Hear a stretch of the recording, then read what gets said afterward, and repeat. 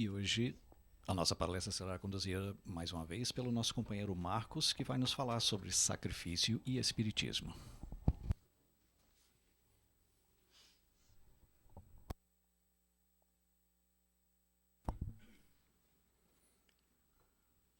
Platão, o admirável filósofo, discípulo de Sócrates e mestre de Aristóteles, utilizava-se muito de mitos. E através dos mitos, Platão nos contava histórias que tinham profundo sentido para todos nós. E numa dessas, Platão nos narra o mito de Prometeu. Era um tempo em que ainda não haviam humanos, não haviam mortais, somente Zeus e os outros deuses. Zeus criou todo o cosmo e distribuiu para os deuses tarefas para comandar todo o cosmo criado por ele. Porém, naquela época, também havia os titãs. Não o grupo de rock, porque ainda não tinha sido criado os mortais. Não é? E os titãs entraram numa guerra com os deuses. É daí que vem a palavra titânico, porque os titãs eram muito poderosos. E foi uma guerra terrível. Foi muito difícil para os deuses vencerem os titãs. Mas venceram. E, com o final da guerra, veio um grande alívio. A guerra tinha sido muito difícil, realmente. E ali, a alegria de finalmente reinar a paz e o tédio. Vocês já imaginaram? Tudo no devido lugar, tudo certinho, tudo lógico, tudo cíclico, tudo previsível, uma regularidade irritante. Os deuses não aguentavam mais. Todo dia era a mesma coisa, todo dia igual ao outro. Era insuportável. Aí os deuses, todos os dias, iam lá no Monte Olímpio, e batiam na porta de Zeus e falavam: Zeus, dá um jeito, nós não aguentamos mais. Esse marasmo, você tem que dar um jeito. E Zeus, de tanto ouvir os deuses baterem na sua porta, chamou 2 deuses, irmãos, Epimeteu e Prometeu. Calma, gente. Depois eu explico o que significa o nome deles. Primeiro nós temos que entender quem Zeus chamou. Vamos imaginar que fosse um time de futebol. Então, Epimeteu e Prometeu eram jogadores desse time. Eles treinavam toda semana. No dia de jogo, eles iam para o estádio. Eles vestiam uniforme, punham chuteira, entravam em campo e sentavam no banco. Nunca, no campeonato inteiro, eles jogaram nem sequer 1 minuto. Eram deuses reservas. Deuses de segunda linha. Deuses que só estavam lá para ocupar espaço. E não se sabe lá por que carga d'água Zeus chamou justamente os 2. Epimeteu, em grego, significa aquele que pensa depois. É um nome simpático para falar que ele era meio lerdinho. Prometeu, seu irmão, significa aquele que pensa antes, o espertinho. Vocês estão percebendo para onde que nós estamos indo? Quer dizer, os deuses estavam meio assim, né, chateados. Zeus chamou 2 deuses de segunda linha. Um, lerdo. O outro, espertinho. Já imaginaram onde que vai dar isso tudo? Para criar o quê? Para criar os mortais. Criar os homens e os animais. Criar para quê? para divertir os deuses. Os deuses estavam entediados. Então, eles queriam o quê? Bobos da corte. Foi para isso que nós fomos criados. Na mitologia. Na mitologia. Não é? Nós fomos criados para divertir os deuses. Não é? Fazer palhaçadas. Né? Quebrar a rotina da vida dos deuses, que estava realmente muito chata. Né? Prometeu era aquele que pensa antes, o espertinho. Não é? Então, o que ele foi fazer? Se ele pensa antes, ele foi pensar. Ele sentou lá e foi pensar. Não é? Ele pensou, e ele sacou. Falou, não, é uma tarefa muito grande. Chamou Epimeteu, que é aquele que pensa depois. E falou para Epimeteu, Epimeteu, vamos dividir as tarefas. É muito grande. Vamos fazer o seguinte, eu crio os humanos e você cria os animais. Epimeteu, que é aquele que pensa depois, achou a ideia ótima. Não é? E aí foram começar a tarefa. Prometeu, que é aquele que pensa antes, foi fazer o quê? Pensar. Foi pensar, sentou lá e ficou pensando como é que ele ia criar um humano. O Epimeteu, que é aquele que pensa depois, fez o quê? Mãos à obra. Agora, eu disse que ele era lento, não que ele era burro. Ele pensou, falou, bom, já que eu vou ter que fazer um trabalho, eu vou me inspirar em Zeus. Zeus criou todo o universo. E eu vou usar a mesma lógica de Zeus para criar os animais. E assim ele começou. Né? Ele procurou o equilíbrio. Ele procurou distribuir recursos. Ele procurou criar meio de defesas para cada animal. Ele pensou na natureza, em que a convivência dos animais com a natureza fosse equilibrada, que fosse tudo tranquilo. Não é? Pensou na preservação das espécies, pensou em tudo. Vocês já perceberam que os carnívoros, como são mais fortes, né, eles enchem a barriga mais rápido que os herbívoros? Se você olhar, por exemplo, um boi fica comendo capim o dia inteiro. E come, come, come. Não para nunca. Já o leão comeu lá um naco de carne lá do boi, pronto, acabou. Só no outro dia. Isso é Epimeteu. Ele pensou em tudo. Foi um trabalho, gente, quase perfeito. Quase. Porque ele usou tudo o que tinha de recursos para criar os animais. Quando Prometeu, depois de pensar, planejar e tudo, né, foi começar o seu trabalho, ele pensou assim, bom, eu vou criar o homem com uma proteção natural. Vou criar ele com uma carapaça inviolável. Assim ele vai estar bem protegido. Quando ele foi procurar lá a carapaça, Epimeteu tinha usado tudo, com as tartarugas, com os jacarés, não tinha sobrado nada de couro duro. Ok, vou criar o homem com a barbatana, porque assim ele assusta. Como ele não vai ter uma proteção, pelo menos ele assusta. Aí ele foi lá procurar a barbatana no mercado, não tinha. Epimeteu tinha usado tudo nos peixes. Ele pensou, ok, vou criar o homem muito forte. Foi buscar força, não tinha nada. Epimeteu tinha usado toda a força para criar o touro. Não tem problema, vou criar o homem muito grande. Foi lá buscar, não tinha nada. Epimeteu usou tudo com a girafa.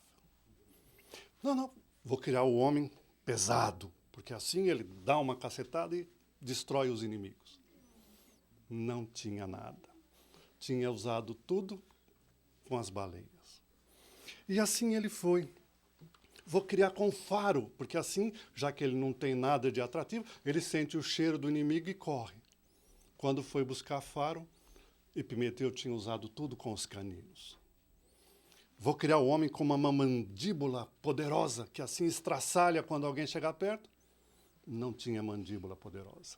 Epimeteu já tinha usado tudo com os felinos. E assim foi. Tudo que Prometeu pensava já tinha sido usado. Epimeteu deixou Prometeu zero, sem recurso nenhum para criar o pobre do homem. Que destino! Prometeu pensou, meu Deus, não posso. Epimeteu caprichou, fez o trabalho dele. Como é que eu vou ficar agora com Zeus? A hora que Zeus vir olhar aqui, vai ver os animais todos perfeitos, todo desse jeito, e o homem sem nada. Tenho que dar um jeito.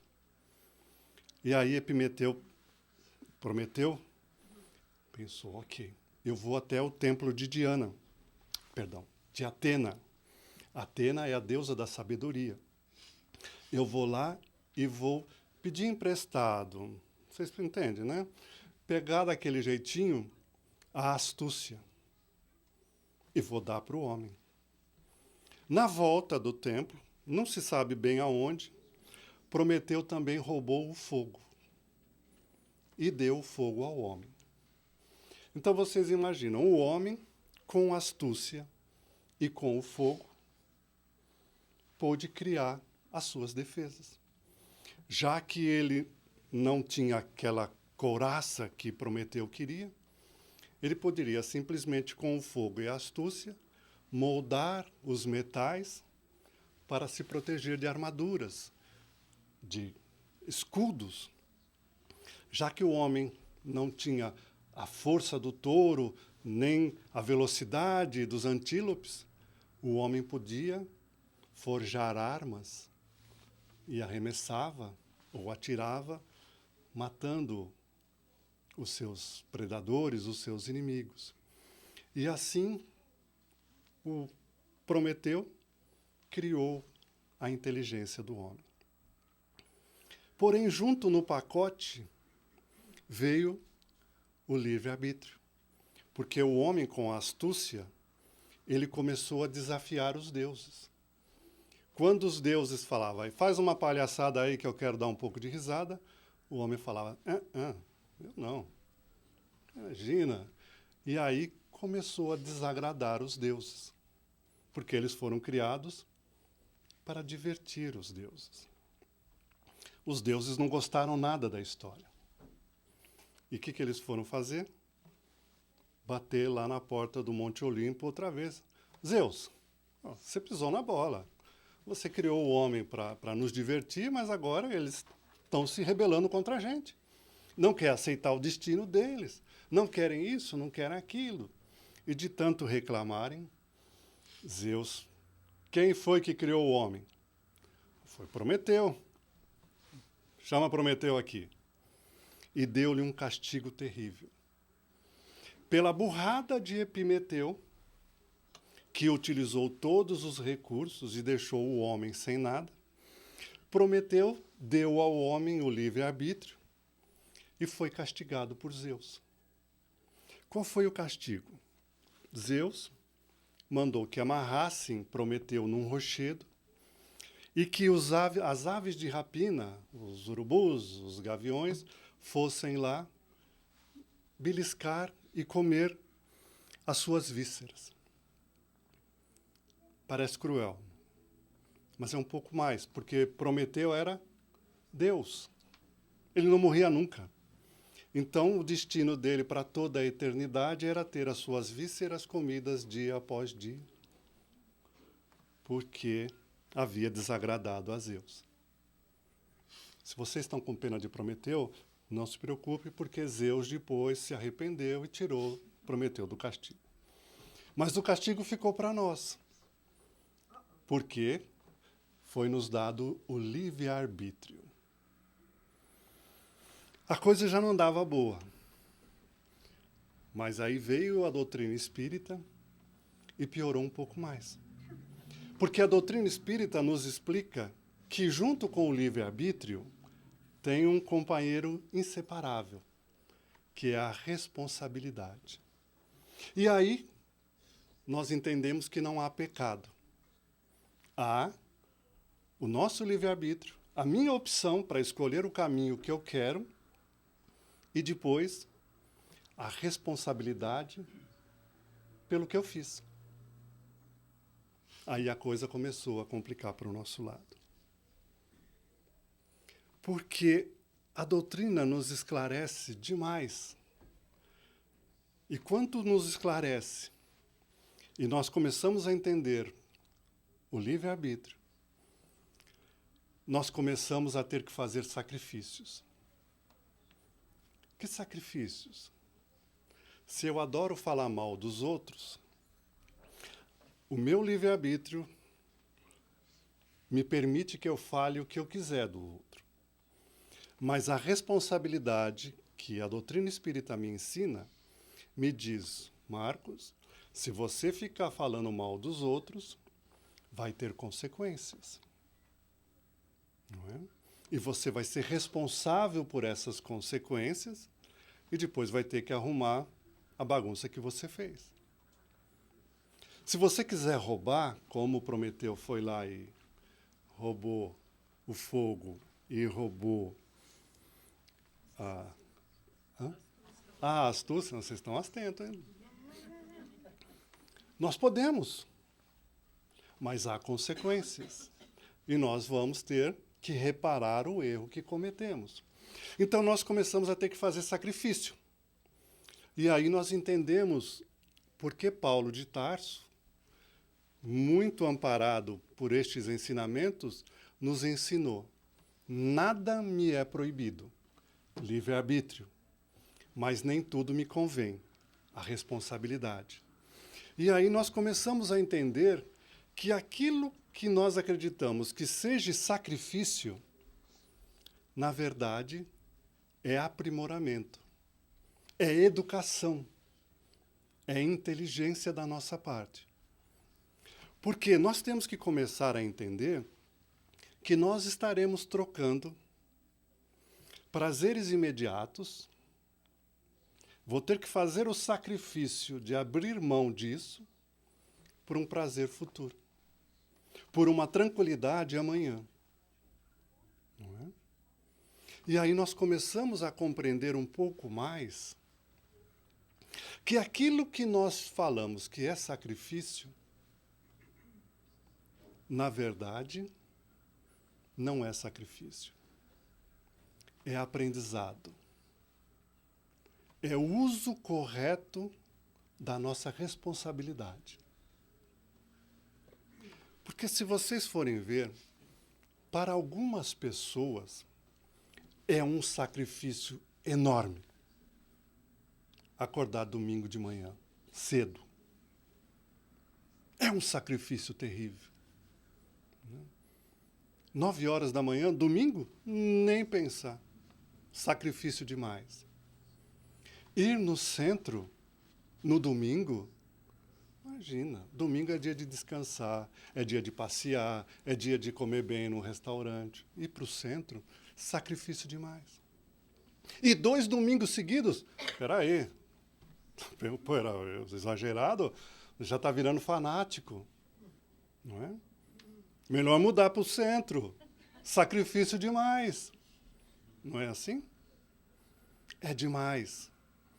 E aí nós começamos a ir por um caminho que é um caminho que nós temos um livre-arbítrio. Nós podemos segui-lo sem problema algum. O único problema é que este caminho não nos dá o direito de depois gozarmos dos benefícios por ter escolhido de forma correta. Jesus nos mostrou muito claramente isso, numa parábola. Porque se Platão usava da mitologia, do mito, Jesus, de maneira semelhante, porém muito mais profundo, usava as parábolas. E Jesus nos conta uma historinha também, que é muito interessante para a gente entender essa relação junto com o mito de Prometeu. É a parábola dos talentos. Eu não vou ler para não ficar chato, né? Nós vamos resumir mais ou menos, né? Um senhor, indo viajar para o estrangeiro, chamou os seus servos e lhes entregou talentos, nos entregou bens. Ele deu? Não. Ele emprestou. Depois nós vamos entender. A um, ele deu 5 talentos. Talento é uma moeda que se usava na época do Cristo. Então, a um entregou 5, a outro 3 e a outro 1. Alguém ficou sem nada? Todos receberam?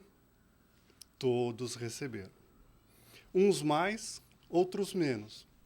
Por que alguns mais e outros menos? Porque é a cada um de acordo com a capacidade. Aquele que recebeu mais tinha a capacidade de administrar mais. Aquele que recebeu menos tinha a capacidade de administrar menos. O Senhor foi justo, porque todos receberam. E o que é o talento? Tirando a moeda. No simbolismo de Jesus, o que é o talento?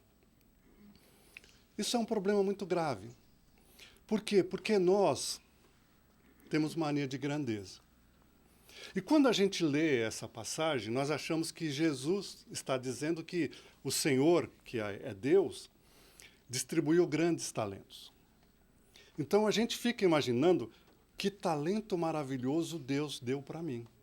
Tem que ser alguma coisa grande, não é? E nós ficamos esperando esse talento surgir. Não, eu vou ser um grande médium, psicografarei livros maravilhosos, enquanto não vir eu espero. Não é? Outro acha, não, eu vou ser um médium de curas maravilhoso, vou salvar a vida de muitas pessoas, mas enquanto não vem, eu espero. O que seriam os talentos? Porque se vocês observarem, ninguém ficou sem talentos. E como grandes médiuns são raros, não é sobre isso que Jesus falou. Como grandes coisas são raras, não foi sobre isso que Jesus falou. Porque todo mundo recebeu talento. Todo mundo. Sabe quais foram os talentos que Deus deu para nós? Eu vou dizer para vocês. Vocês já olharam a imagem da Terra lá do espaço? Como Deus caprichou nesse planetinha aqui, gente. Vocês comparam com outros planetas. Aqui é bonitinho, colorido. Azul, verde, né? Olhando lá de cima, branco. Olha que coisa linda. Você olha a Marte, vermelho. Só vermelhão, aquela miséria. Olha que coisa maravilhosa que Deus deu para nós. Um planeta para nós vivermos. E Ele caprichou. Não é? Deus deu o talento de uma família para cada um de nós. Vocês podem até reclamar da família que tem. Todo mundo tem o direito. Mas eu garanto para vocês, não ter família seria muito pior. Porque não teria. Não existiria. Então, bem ou mal, nós temos a família. Nós temos trabalho. Nós temos condições de criar com a nossa inteligência. Olha que talento maravilhoso. Nós temos saúde. Tá certo que, né? Nem sempre, né, Elise? Mas nós temos. Podia ser pior. Mas nós temos os nossos problemas. Mas nós andamos, nós enxergamos, nós falamos, nós respiramos, nós ouvimos. Tudo isso dado para nós. Então, todos nós temos talentos. Sem exceção nenhuma. Mas, como eu disse, isso aí foi presente ou empréstimo? Empréstimo. Se é empréstimo, o que nós temos que ter em mente? Ok, eu tenho isso provisoriamente, mas eu tenho que tomar conta disso bem tomado.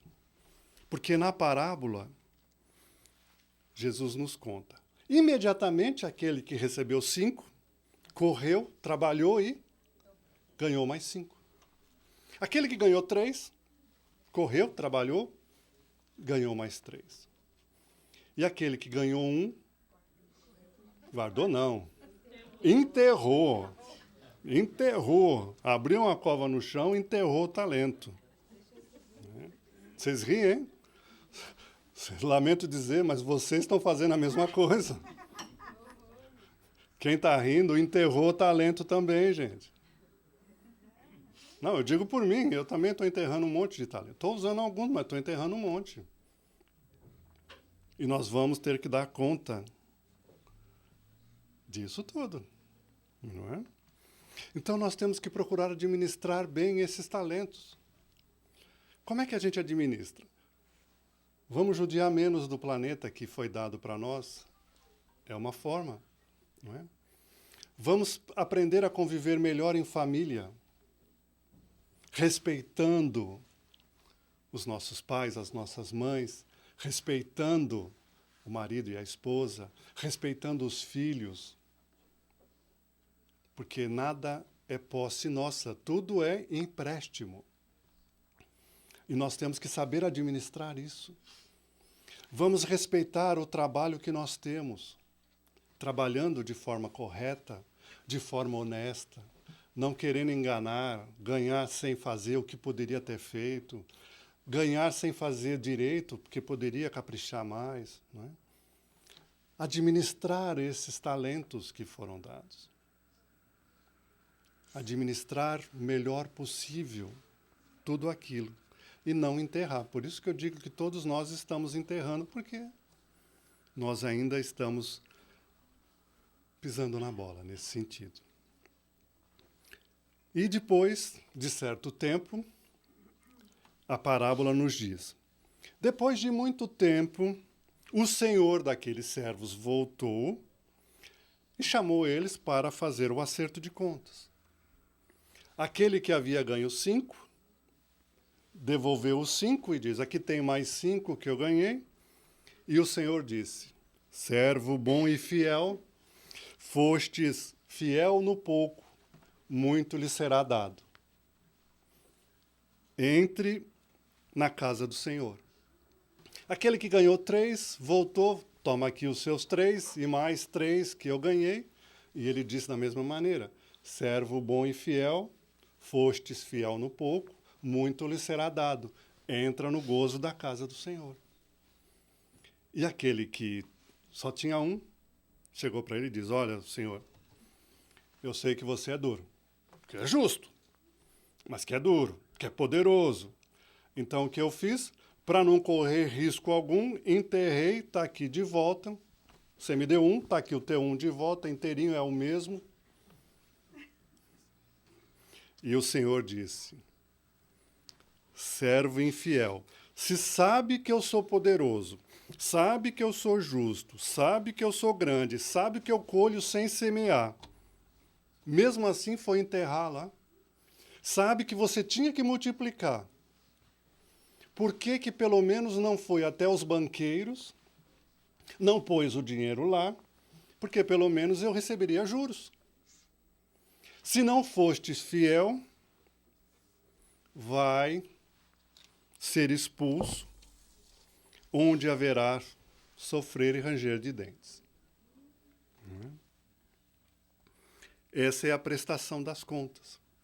Então, qual foi a recompensa no final? Porque todo mundo foi recompensado, né? Porque a gente acha que recompensa é só coisa boa, né? Não é. Aquele que fez coisas boas teve uma boa recompensa. Aquele que não foi previdente teve uma recompensa que não foi lá muito valiosa, né? O servo preguiçoso foi lançado fora nas trevas. Mas eu queria, primeiro, antes da gente ir um pouco adiante, chamar a atenção de uma coisa. Jesus faz uma colocação aqui interessante com o servo infiel. Por que não buscasse os banqueiros e, pelo menos, juros você receberia para me trazer de volta? O que será que Jesus queria dizer com banqueiros? Alguém faz ideia? Quem seriam os banqueiros? Eu vou dar uma dica para vocês. Aqui em Long Branch tem um banco desses que Jesus falou. Chama-se Banco Caminho da Luz S.A. Porque é isso que Jesus está dizendo.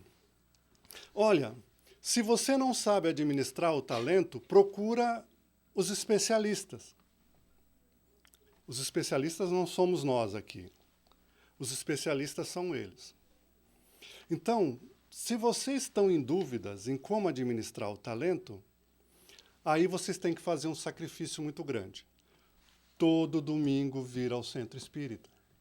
Não porque a gente quer ver a casa cheia. Não. É porque é lá que vocês vão receber instruções de como administrar o talento.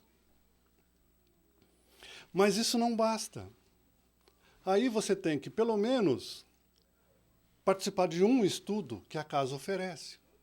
Porque o domingo é muito importante, é maravilhoso, mas o domingo é uma pequena parte. O pesado, o grosso são os estudos, porque lá a gente aprofunda muito mais. Lá a coisa tem uma sequência, tem um programa. E aí é nesses locais que vocês vão adquirir a sabedoria para administrar os talentos. Porque aqui nós vamos estudar o Evangelho de Jesus, que é o caminho correto e perfeito para a gente aprender a administrar talentos. A respeitar o próximo como a ti mesmo. Porque se eu respeito o próximo como a ti mesmo, o próximo é os meus familiares, os meus companheiros de trabalho, as pessoas que eu cruzo na rua, porque o próximo é infinito. Todos são próximos. E também eu vou aprender aqui a amar a Deus sobre todas as coisas. Se eu amo a Deus, eu respeito o planeta que Ele criou para mim, eu respeito o corpo que Ele me emprestou, eu vou respeitar uma série de coisas. E fazendo isso, eu vou administrar muito bem os meus talentos e vou dobrá-los, triplicá-los, se eu for um bom aluno. Vocês percebem o sacrifício que nós temos que fazer? Porque não é fácil, né, gente? Todo domingo de manhã ter que ir para o centro. É um sacrifício muito grande. Mas é para aprender a administrar talentos. Perder um domingo na consciência daquele que já despertou vai ser terrível. Ele não vai abrir mão de estar aqui amanhã de domingo. Porque ele sabe que se ele não veio aqui, ele não vai receber lições que são extremamente necessárias para ele tocar a vida dele. A vida futura. Porque se nós não formos fiéis, qual é o nosso destino? As trevas e o ranger de dentes. Imaginem vocês o que quiserem. Criem a imagem que quiserem do que é trevas e ranger de dentes. Para uns é um inferno. Para outros é um sofrimento muito profundo. Não importa, mas eu digo uma coisa para vocês. Não é uma boa opção. Então temos que fazer o sacrifício de irmos aos domingos. Quantos domingos, Marcos? Todos os possíveis. E qual é o domingo que não é possível? É aquele quando eu vou estar trocando o aprendizado que eu vou ter lá por um outro igual ou melhor. Então eu pergunto para vocês, trocar por uma churrascada lá no vizinho, é bom? Pode ser, para encher o bucho. Agora, como troca, não é sensata.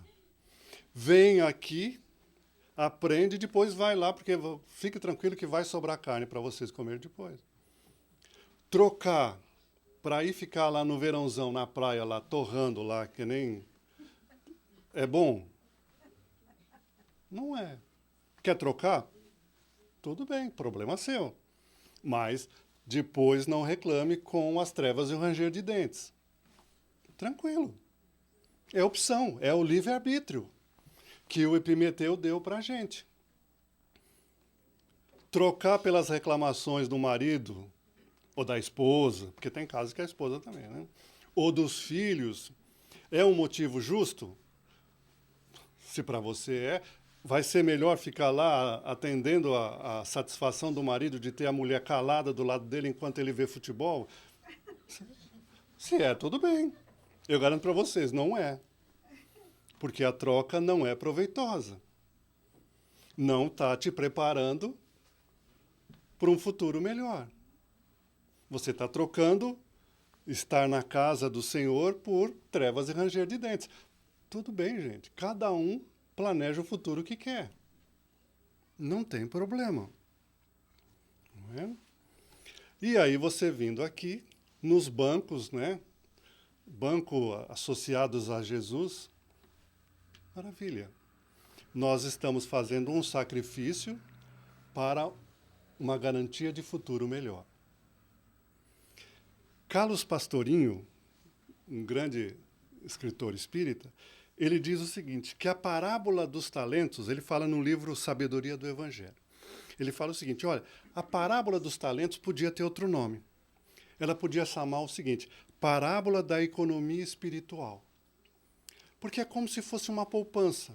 A parábola do talento nos diz isso. Vocês entendem? Faça uma poupança, todo domingo. Vá lá no Banco Caminho da Luz S.A. e deposite um pouquinho lá. Vocês entendem?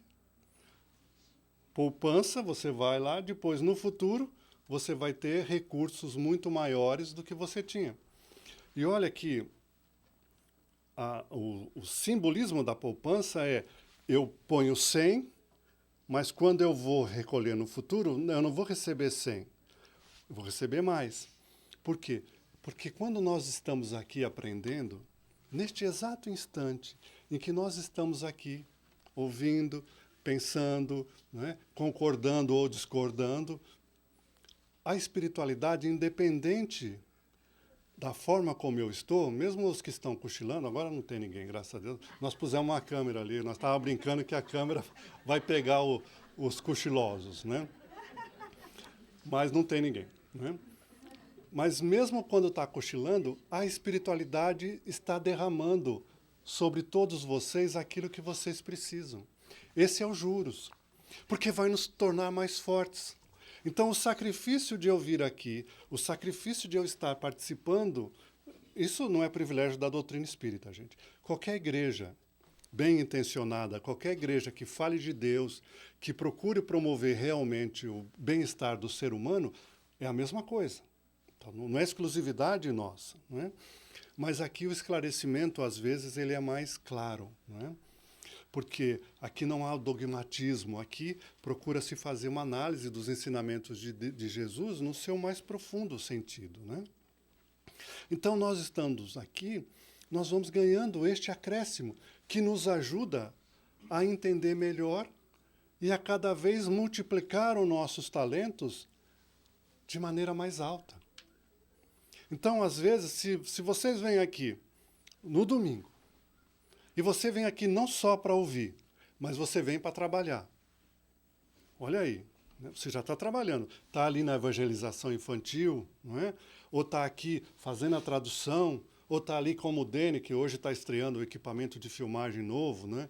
Está ali, todo mundo trabalhando, o pessoal que está preparando a água, a Tânia que não para de andar para lá e para cá, cuidando da comida que vai ter daqui a pouco. Eles estão indo além. Estão multiplicando mais. Vocês entendem? E aí depois vem aqui, ou na segunda, nas vibrações, ou vem aqui na terça, no grupo mediúnico, né? Ou na segunda, no atendimento fraterno, melhor dizendo, ou no estudo do Evangelho de Lucas, né? Vem aqui nas quartas, que nós vamos começar breve o Aprendiz do Evangelho, estão indo muito mais. Estão administrando muito mais. Estão aprendendo a controlar estes bens de uma maneira muito mais proveitosa. Quem já fez a comida e já trouxe. Quem já fez a comida deliciosa, que daqui a pouco nós vamos ter o prazer de saborear, muito bem lembrado pela Maura. Quem esteve aqui de manhã cedinho preparando o café, que estava uma delícia, fui eu que fiz. Né?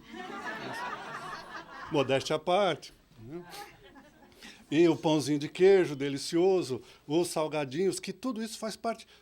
Um corpo bem sustentado tem capacidade de ouvir melhor. Porque se a gente está aí sentado com o estômago roncando, o que a gente vai ouvir? O ronco do estômago e não o Marcos falando. Tudo isso é parte. Né? É o trabalho do aprendizado, é a técnica de administrar talentos. De aprender a administrar talentos. É o sacrifício.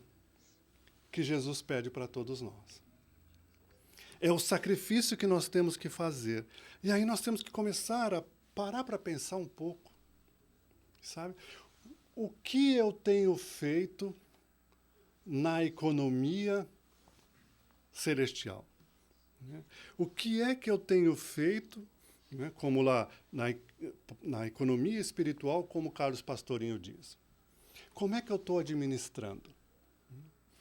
Eu me lembro antigamente, né, assim, não que eu seja tão antigo, né, mas lá para os 70 e poucos, né, eu lembro que a caderneta de poupança, quando você abria, eles te davam uma caderneta mesmo, que você anotava. Né?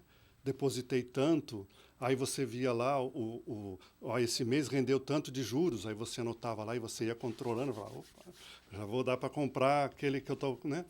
E a gente tinha caderneta, por isso que ela chama caderneta. Era uma cadernetinha mesmo que a gente anotava. Não tinha, aí nesse tempo, os mais novos nem imaginam que havia um mundo antes de computador, mas tinha, gente.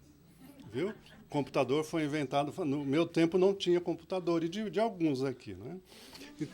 Então era na caderneta que a gente anotava e controlava ali, tudo direitinho. Né? E é assim que nós temos que ter.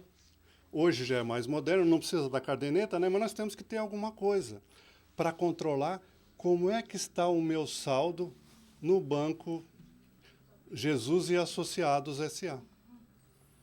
E eu vou falar uma coisa para vocês. Quando o saldo está negativo, lá não tem cheque especial para vocês darem, não. Não tem não, gente. Quando está negativo, a responsabilidade é toda de vocês. Então, é esse o convite, esse é o sacrifício que eu me propus a trazer para vocês. Sabe? De vocês pensarem do livre-arbítrio, que lá, né, nós sabemos que não foi Prometeu, que isso tudo é uma forma que Platão usou para nos contar essa história de como Deus, Deus único, não os eus de muitos, né, porque nós já evoluímos para entender melhor isso, de como Deus deu ao ser humano o livre-arbítrio. Mas como Deus sabia que nós tínhamos que aprender, ele atrelou ao livre-arbítrio a responsabilidade, dizendo, vocês podem fazer tudo o que vocês queiram, mas vocês vão aprender com as opções erradas.